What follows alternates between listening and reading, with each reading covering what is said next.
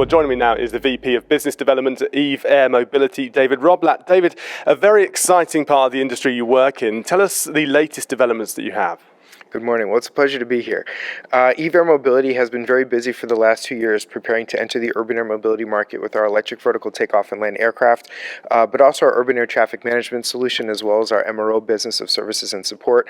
So we're much different than the conventional urban air mobility company where most companies are only focused on developing the vehicle. We also have a pretty agnostic portfolio of service and support capabilities. And so we recently announced the fact that we're in a SPAC deal, which we expect to close very soon. And then we'll be trading on the New York Stock Exchange as EVAX, so we're very excited about that.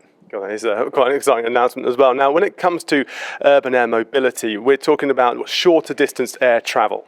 Correct. So we're focusing on the urban air mobility market, a market that we think is well addressed within a 100-kilometer range. So our eVTOL aircraft is expected to reach up to 100 kilometers on a single charge. But given the use cases that we're targeting, things like the airport shuttle use case, commuter, and tourism applications of our vehicle, we expect that the average trip will be between somewhere 20 to 30 kilometers. And so this, we think, is at the heart of what we think early adopter demand will be for this type of technology. It's really alleviate the pain point of traffic that so many people feel. And this is something that is no stranger to London and the greater UK as well. Yeah, so in context-wise, that's something like Farnborough International to East London to City Airport. I think that's a great example. Yeah. Great stuff. Now, for the layman, the average Joe that looks up in the sky, what's the sky going to look like in the next 10 years? How is it going to change? Well, I think what most people don't know is that we already have a great amount of procedures and infrastructure that allow for conventional aviation to exist today. We'll be building on top of a lot of those existing procedures. So when our eVTOL gets to market, we think that we'll get to certification by 2025, entry into service in 2026.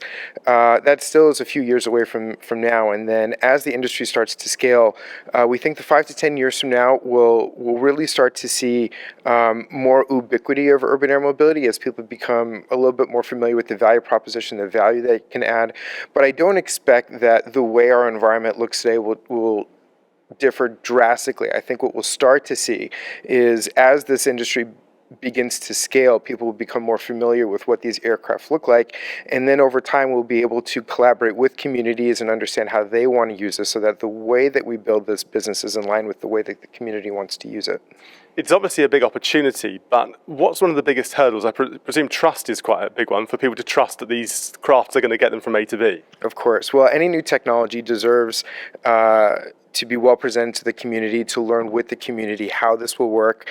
And I think that in the 115 years that aviation has been a part of our life, we've landed on the moon, we've developed the jet engine.